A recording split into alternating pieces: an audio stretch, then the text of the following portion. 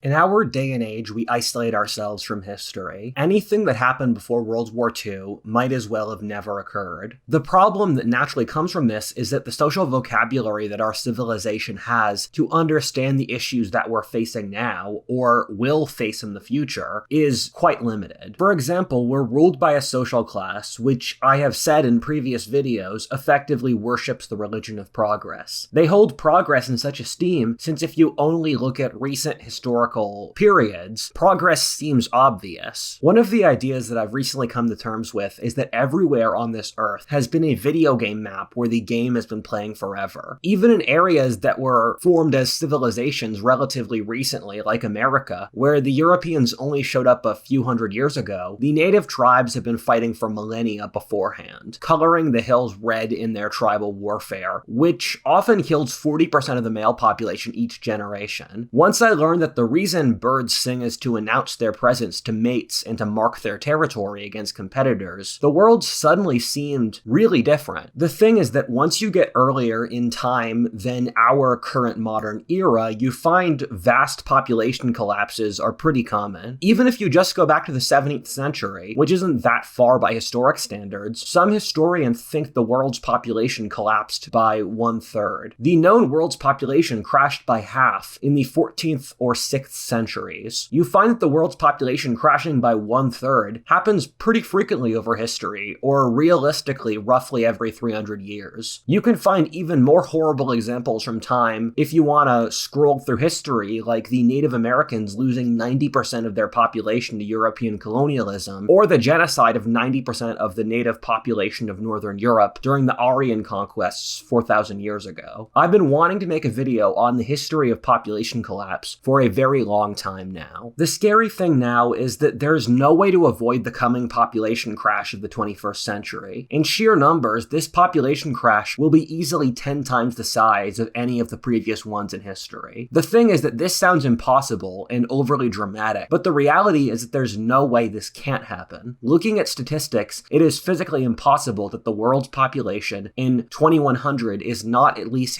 half of what it is now, or collapses to 1/3 or even less of the current rate are pretty possible. That's big talk, but let me back it up.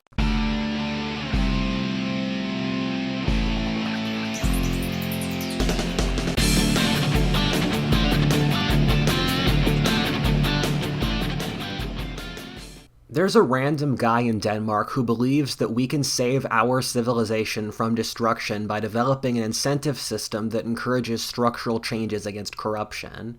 He's created a mathematical algorithm that scores organizations based on how corrupt they are. He's a What If Altist fan and shown me his algorithms. And this stuff is super cool, and you guys should check it out. And we live in an age in which corruption is increasing, and I think something like this is necessary. We just have to reward organizations with good scores by buying their products or voting for them, because if we do that to all organizations so they compete with a good score, and how you get a good score from the algorithm, and that's by implementing structural change against corruption. We already do this for ESG, so why not for something different? More than 7,000 organizations have been analyzed already. The name of the tool is MyStick, and you can use it for free. MyStick has one downside. It can only work when a lot of people use it. Its creator already knows this, but he sponsored this video anyway because he believes that your hands and a stick are enough to get the snowball rolling. So grab MyStick and let's hit. Part 1. A Childless Future. For every 100 Koreans alive today, there will be 4 at the end of this century. The thing is that those are the trajectories now. The scary thing as well is that the numbers have continually gone down faster than we expected for the last 50 years. The birth rate has been crashing faster than any computer model has been able to predict before. This sort of thing is statistically incredibly rare and means that some underlying assumption of our worldview is wrong. That's very scary. I would recommend reading the book Empty Planet by Bricker and Ibbitson Ibbitson, it covers the entire world and what their population collapse is looking like. The scary thing is that this trend is hitting every single population in the world, and as said before, is occurring obscenely quickly. For example, just 15 years ago, almost all countries in the world had sustainable birth rates, including America. Now almost no countries, including in places like India, Latin America, Southeast Asia, or the Middle East, have stable birth rates. The only large place with a replaceable birth rate is Africa at this point. The other thing is that these numbers are going down so quickly, even in the poorest African countries, that I expect in 15 years, at the current levels, no countries in the world will have stable birth rates. The other horrifying thing is these numbers aren't stabilizing anywhere. In the countries where they're lowest, like Confucian East Asia, they just keep on crashing continuously. In Korea or China, they're currently at a quarter of what sustainable rates would be. These statistics result in absurd situations. For example, last year, the nation of Ethiopia had nearly as many babies born as the entire European Union combined. 20 years down the road, what kind of world does that create? The shocking thing as well is that this is an issue that the major governments of the developed world haven't really been able to recognize at all. Like, it's absolutely absurd. For most countries in the developed world, this is basically national extinction, but their politicians argue over minutia, like whether there are 64 genders or giving aid money to some far-off foreign war in a different continent. I think a lot of people don't treat this as real. The modern world changes so quickly that it's easy to think that some breakthrough will occur that will result in us being able to escape these intractable demographic issues. The scary thing, though, is that the birth rate has kept declining for over a century, with a short hiccup with the baby boomers. Even if we theoretically had a baby boom now, it wouldn't be enough to offset the decline, and at most it would push this crisis back another generation. 30 years in historic terms isn't that much. When you see these crashing birth rates, keep in mind that this is the future. There will come a time when that ever-shrinking number is our entire society. Hey everybody, please humor me for a shameless plug, where I have started a new podcast called History 102 on a separate channel, and I have conversations with Eric Torenberg where I explain different historic periods over the course of an hour, and we cover topics like the Spanish Empire, the fall of Rome, World War II, and so many others, and our goal is to cover all of history. So if you want to learn history quickly in a fun conversational way, check out my channel History 102. Back to the video.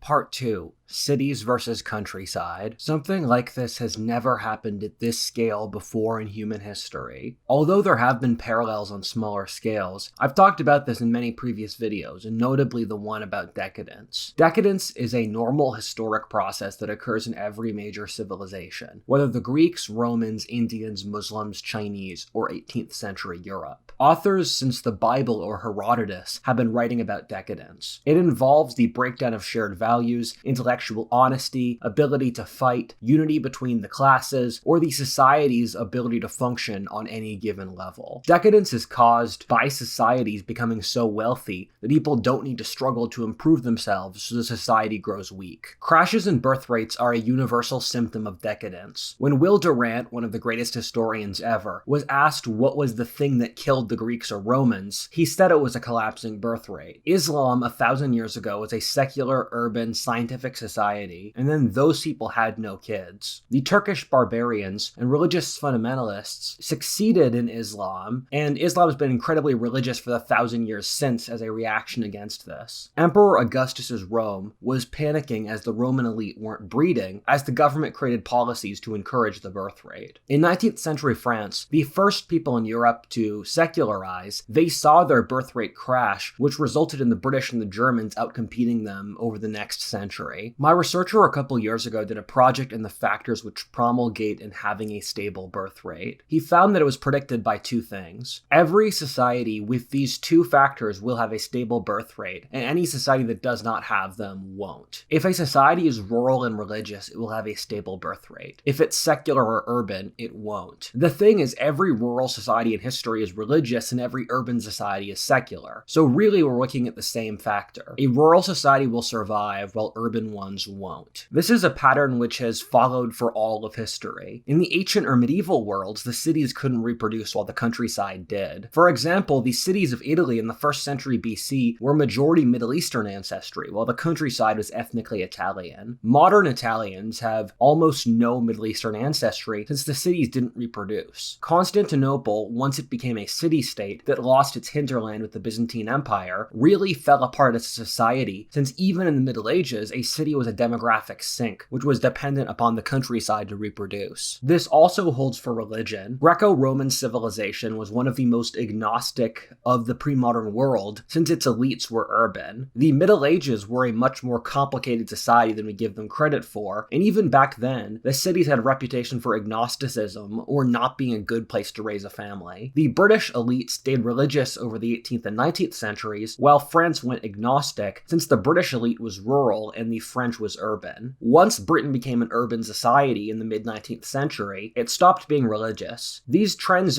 do take a few generations to play out. For example, the Middle East urbanized in the late 20th century, and devotion to Islam has been in a nosedive over the last decade. Fun side note, I've seen a lot of analysts say that the rise of TikTok is the thing which is destroying faith in Islam today. In rural communities, human societies operate largely under Dunbar's number of 130, which is the number of people the human brain can process and actually know their character. Dunbar's number is fascinating in that the average size of a corporation, a church, a Roman centurion, a military brigade, or almost all types of human organization cluster around 130 people, or Dunbar's number. The thing is, once you get past Dunbar's number, the society can't assess the moral level of people or police their actions socially. In a farming town in 19th century America, a medieval village, a village in the ancient Middle East, or rural India today, everyone knows everyone else. A woman can't get pregnant with the children of multiple men without social recriminations and shaming. A scam artist or habitual criminal will eventually have their reputation destroyed. The governance, although this system does have very obvious negatives, is done by a local feudal lord, village elders, or parish priest who know the characters of everyone involved. Once you get larger than that, it's impossible to police people's actions. This either makes it difficult to get people to cooperate in tragedy of the commons situations, like waging war, maintaining social standards, or social trust. Furthermore, everything becomes lonelier and more difficult since you can't rely on communities. It also wouldn't surprise me if we evolve to have a switch to not breed when population density gets too high for obvious reasons. Pre-industrial societies largely got around these issues since the populations of cities weren't replaceable, thus most of the inhabitants of cities were people socialized and from the countryside. So if you want to look at demographics and social structure from the perspective of cities versus countryside, you would see that in the pre-industrial world, the demographics of every developed society in the world were 90% rural and 10% urban. The sort of society that this would create would be a large religious, rural majority population that would provide social stability, but was also credulous, simple-minded, and bigoted. The thing is that we humans didn't evolve to live in cities. We are biologically the exact same as the hunter-gatherers who lived 100,000 years ago, who lived in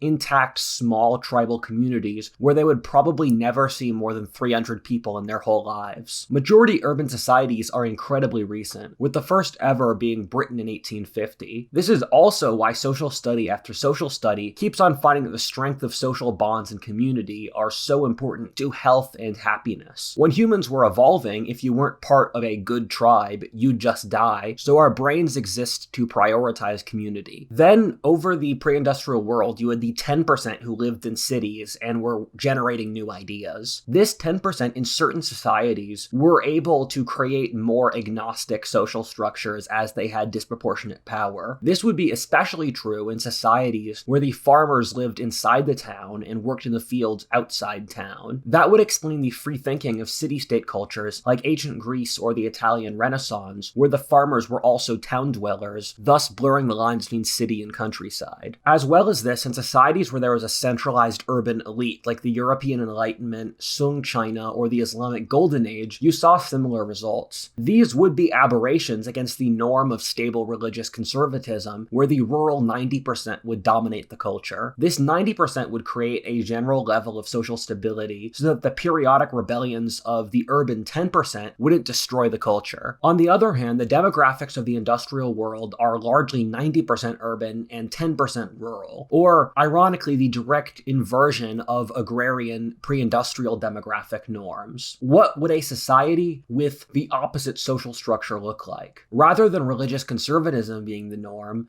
agnostic urbanity is. This would create a society that would be remarkably creative in the short term. However, it would be incapable of reproducing and would also lose the ability to maintain any social standards. For a few generations, said society would see the most rapid progress in human history. Then, after the social traditions and standards of the agrarian era would erode, you would see complete civilizational collapse. The birth rate wouldn't be able to sustain itself and the society would crash into complete decadence. Keep in mind, in pre-industrial societies which were 90% rural, such as the Roman Empire, Abbasid, Islam, Babylon, l'Ancien Regime France, or Sung China, faced really bad decadence. So what would the decadence of a 90% urban society where no one's scared of starving look like? You would see a breakdown of law and order, the formation of families, the ability to wage war, traditional belief structures, and basically any form of group cooperation. This is literally what's happening to our society. The most advanced nations in the world are pushing degrowth. I have no idea how defund the police helps black people, who often live in dangerous places, who really do need the police. Furthermore, how defund the police's policies have been pushed in countries that don't really have black people or well-armed polices, such as Australia, North Europe, or East Asia. However, for the comfortable city dwellers who want to abdicate any social standards, getting rid of the police means there's no external standards that they can be forcibly held to. Oswald Spengler was a brilliant historical thinker who developed a theory of how civilizations rise and fall. One of the most important points of his work, and a point he kept on returning back to, is that once a population becomes urbanized, it loses the character and soul which made that civilization. The soul of the civilization comes from the earth and nature around which it formed. As the society removes itself from the land, it can apply itself on a larger scale, but it becomes mechanical and artificial. That artificiality isn't sustainable, and then the civilization goes into decline. The great depressing irony is that looking at the strengths and weaknesses of urban or rural societies over history, you can see that our reality perfectly matches the hypothetical scenario. We are a majority urban society, which after its brief burst of incredible growth is now seeing its population and social collapse. Part 3. Mouse Utopia.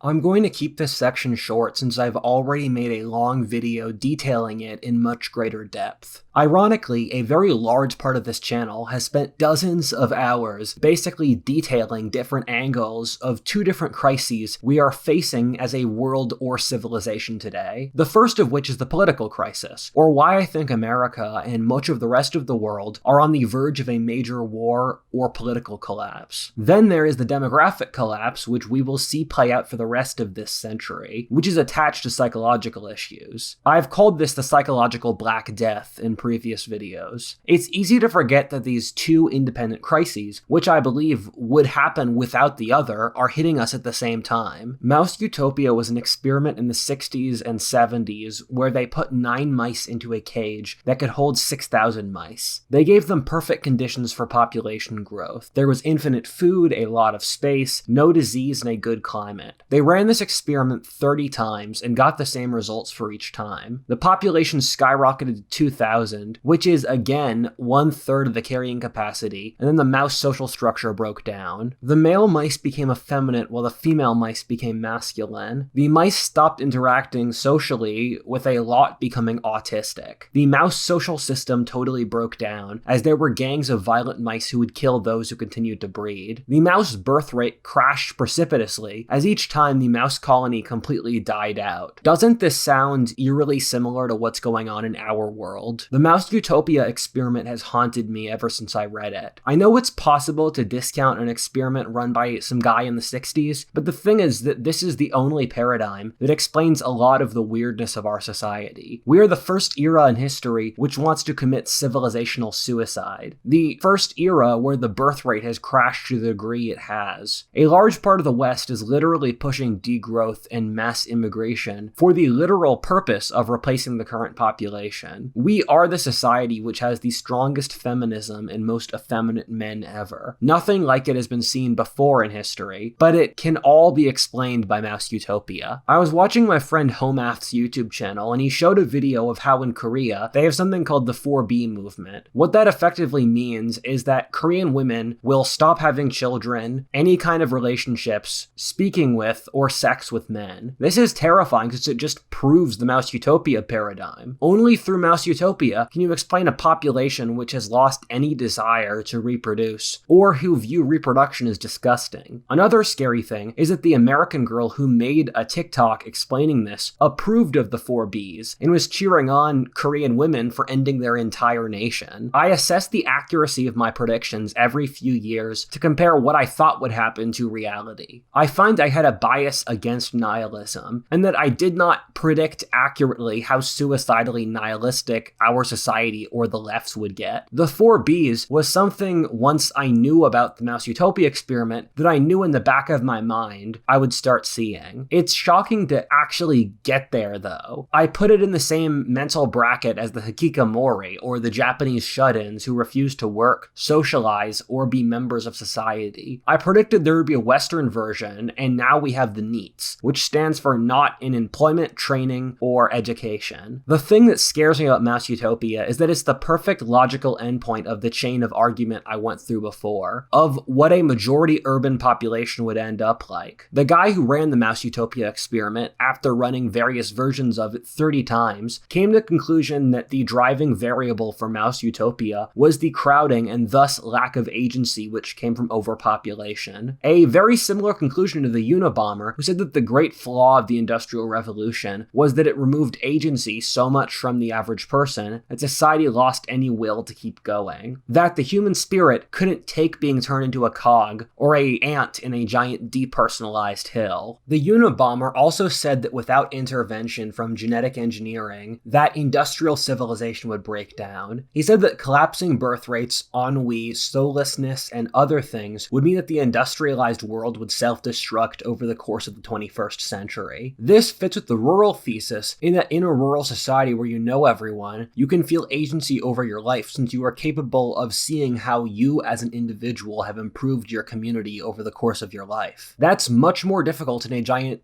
depersonalized bureaucracy. The thing that scares me about this is it's yet another logical argument that comes from a different direction that says basically the same thing as the Mouse Utopia or decadence argument, that the industrial urban nature of modern civilization creates a lack of social standards or cultural unity which results in demographic collapse. The thing is, we can't ignore this anymore as the birth rate keeps on plummeting to lower and lower levels. Part 4. What does this all mean? We can talk about these statistical projections all we want, but the fundamental reality is that this won't happen in the lab, but in the messy real world. There's an interesting book named The Human Tide by Paul Morland. It's a history of how the various demographic waves of the last 200 years have affected history. It goes through how the Anglo and French population booms of the early 19th century resulted in the settlement of the Anglosphere, the Industrial Revolution, or Napoleonic Wars. Then the population boom in East and Central Europe caused the World Wars. The population boom in East Asia resulted in the tiger economies of the mid to late 20th century, while the population boost of the early 21st and late 20th centuries resulted in the wave of Islamic radicalism, migration, and terrorism, which rocked across the Middle East. Now the population boom in Africa will probably result in mass immigration or wars. We treat history as a war of ideas or politics, but the reality is it's often a battle of dominance between different ethnic groups of people. When one group has a lot of people, they go out and conquer, using politics to rationalize it. When a population goes into decline and they shrink into conservatism and then use politics to rationalize that again. This will happen in our world as well. It's hard to draw conclusions of the demographic future of our world. For example, one would think the demographic rise of Africa recently will result in important events on that continent. For example, the population of Africa has grown 5 times over since 1950. It's expected to quadruple again by the end of this century. That being said, that's not going to happen since Africa's birth rates are already going down rapidly. Nigeria just can't support 500 million people. That's ridiculous. And frankly, there have been very few historical events noteworthy enough to warrant Africa's population going up by 5 times over in the last 70 years already. Furthermore, the population growth in Africa is contingent on the stability of the rest of the world. In a world where the developed nations will have half the population they do now by the end of this century, Africa will end up having a quarter of its current population. This is since Africa is completely dependent upon the fertilizer, industrial goods, or agriculture in other regions of the world. If you pull one nut out of the African system, the unstable nature of that continent's trade or politics would fall apart, resulting in cumulative collapse. Thus, it may appear as if Africa would benefit in a mouse utopia scenario in abstract, while the reality is it might become one of the hardest hit areas in the world. Peter Zeihan, I believe, does a good job of analyzing what the effects of demographics will be over the next few decades, where he looks at the countries that are hit the hardest, whether Germany or Russia or China, and predicts that they will have serious issues, while countries like India, America, France, or Turkey, who have relatively younger populations, will probably do better. That being said, when people analyze this, they often try to find a single solution, but there really isn't one. For example, you may want to import immigrants that would keep your populace younger, but immigrants themselves have declining population growth,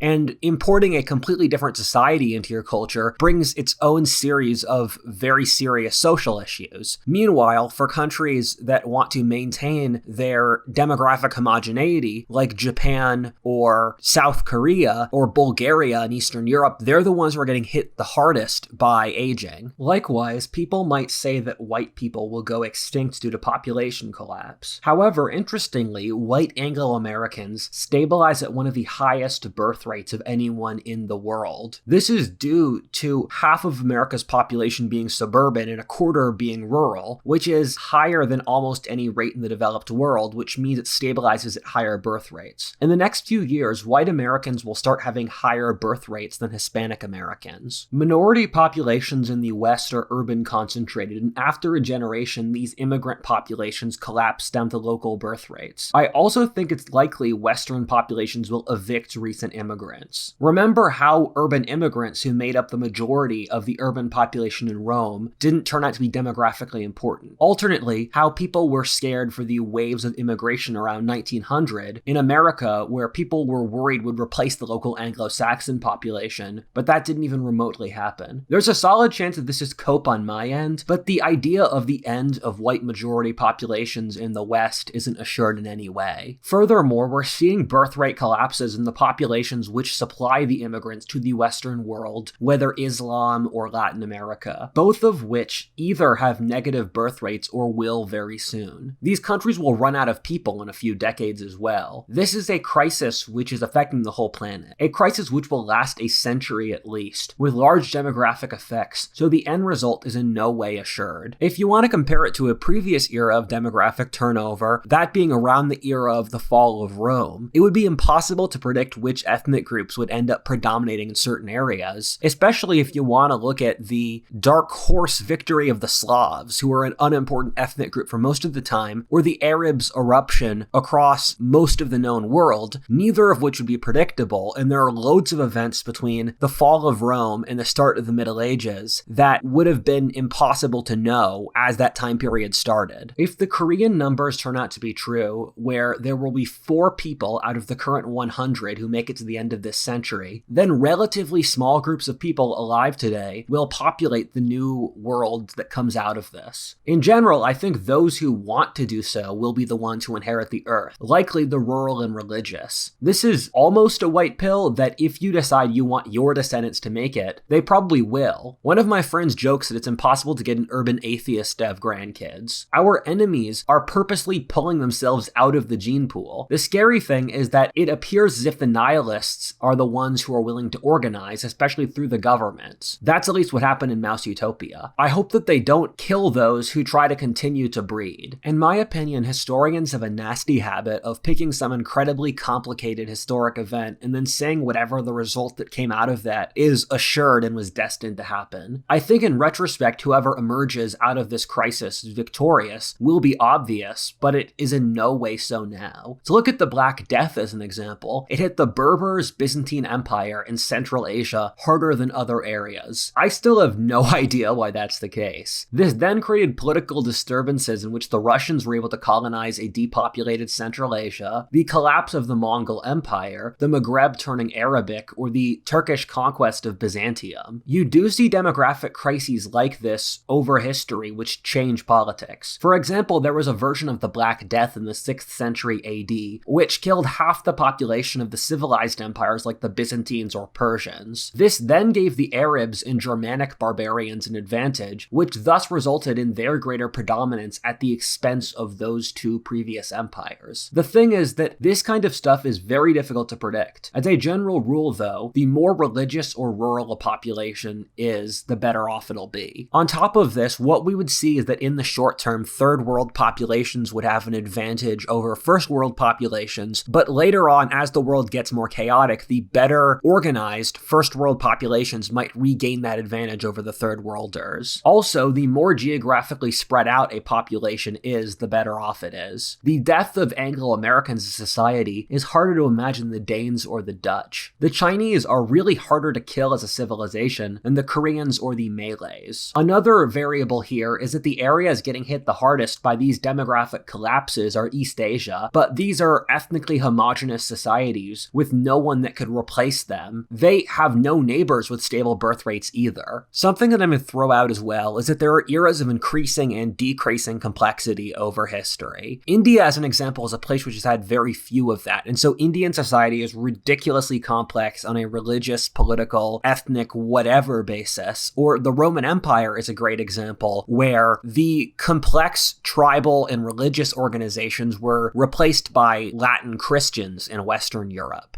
But then the fall of Rome was an era of increasing complexity, in that the French or the Spanish became separate ethnicities. And this time period will be, firstly, a period of removing complexity, where you could see lots of small nations like the Balkans or the Dutch or various Central Asian groups just go extinct. But as society falls apart, you would see breakdowns afterwards. For example, depending on how big this crisis could be, it wouldn't be impossible to see America split up into different ethnic groups, with Californians or Texans becoming distinct, or seeing Australia develop off in its own completely new direction. And I think a major thing that would happen here is the development of new religions and ideologies. As in this world of great suffering, people would need to have some kind of worldview to explain what was happening, and the modern world has none of the intellectual tools to deal with a demographic crisis of this scale, because modernity is predicated upon continuous growth. And so you could see new religions or philosophies divide up the world. Part 5. Secular Cycles.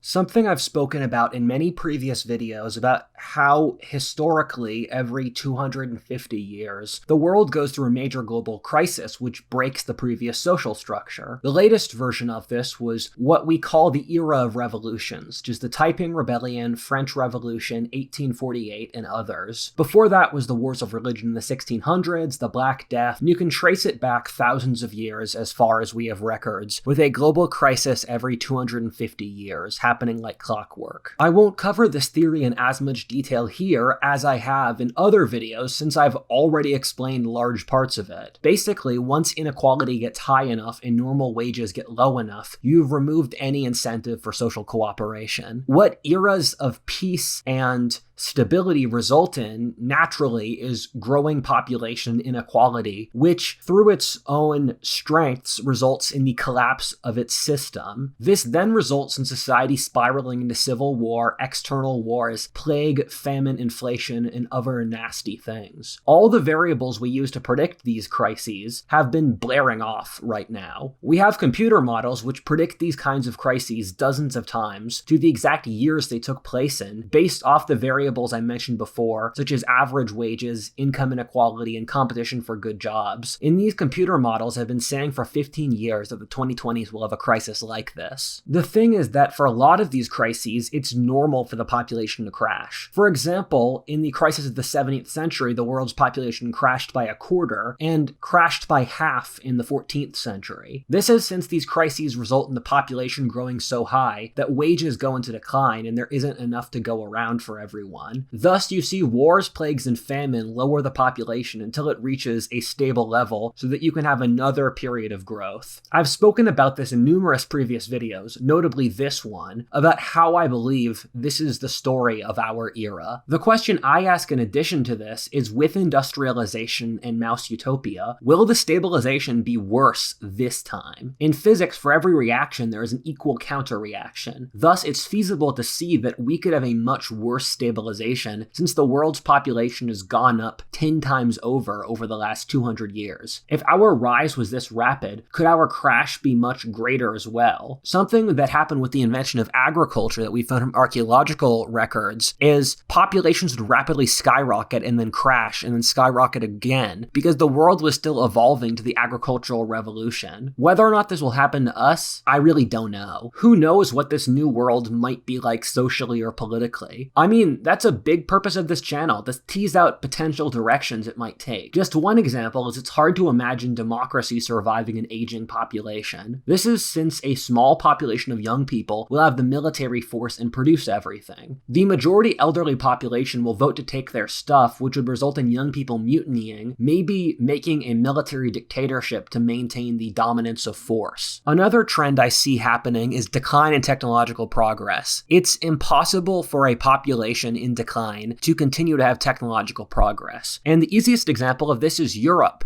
which for the 500 years before the World Wars experienced incredible technological progress, but then as Europe's population went into decline after the World Wars, Europe's technological progress just stopped. And maybe with us discovering technologies like genetic engineering or AI, we need to have that technological decline so that we don't destroy the world order. Whether or not you believe in climate change, if climate change is true, and I don't really know if it is, then the world's population halving is an end to that issue, although in a brutal way.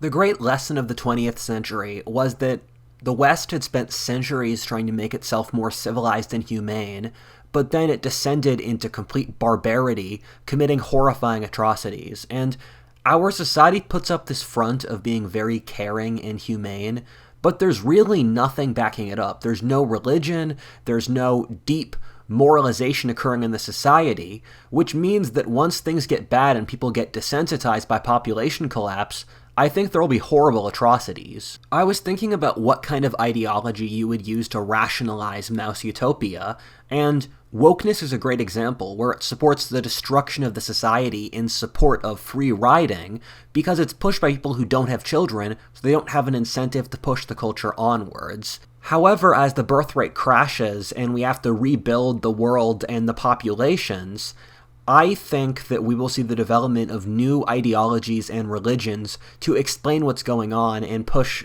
good values, and I think that the next century will be a religious golden age for this reason. Around 70,000 years ago, the human population was cut down to a bottleneck of around 6,000 people across the whole world. And this is part of the reason why humans have some of the lowest degree of genetic diversity of any mammal species. But the thing that came with this bottleneck was the cognitive revolution, where humans suddenly gained the ability to think in abstract concepts, have religion, have technology, and that sort of thing. And I do wonder, especially with genetic engineering and the world's population collapsing by so much, will this crisis create the potential for another genetic breakthrough for humanity? Perhaps we'll evolve new psychological abilities as a species through genetic engineering that we couldn't have before. Alternately, family values and religion would have to return as maintaining the birth rate becomes the most important issue in society. On top of this, the religious and rural would inherit the earth since they would be the ones who have children. Imagine 100 different changes like this. events, most of which I cannot predict. The greatest genius of the early 20th century in no way could have predicted all the changes that would occur over the course of that century. All of this leads to a very different world from where we are today. What would a world where the descendants of the rural and religious populate the earth even look like? I wonder if it would be a new Dark Age, much like the religious fanatics and barbarians inherited the earth after the fall of Rome or the Bronze Age collapse. There's an interesting book that I talked about in the Mouse Utopia video called Fitzpatrick's War.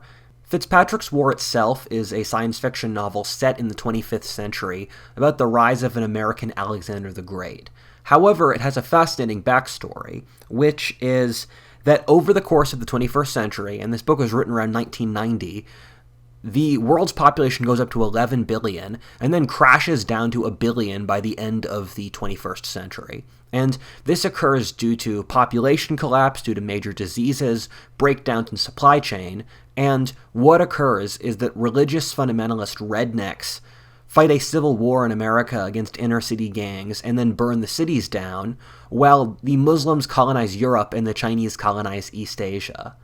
In the book Why Nations Fail, which I'd recommend, one of the themes that gets teased out a lot is that there are certain eras of history in which pivotal small decisions, which the people who make those decisions often don't even think about, determine the fate of centuries. An example of this is the fall of Rome, in which Islamic, Orthodox, and Western civilization formed afterwards, or the discovery of the New World, in which the early colonial structures of the New World determined how those societies operate even today, or with the Black Death, where Western Europe became a free society and Eastern Europe a serf society due to changes made around the Black Death. And this will be a giant historic breaking point. And so the beautiful white pill here is that if we guys can find a way to do things right, we can set our descendants up for a good future because we will be at that pivotal moment of history.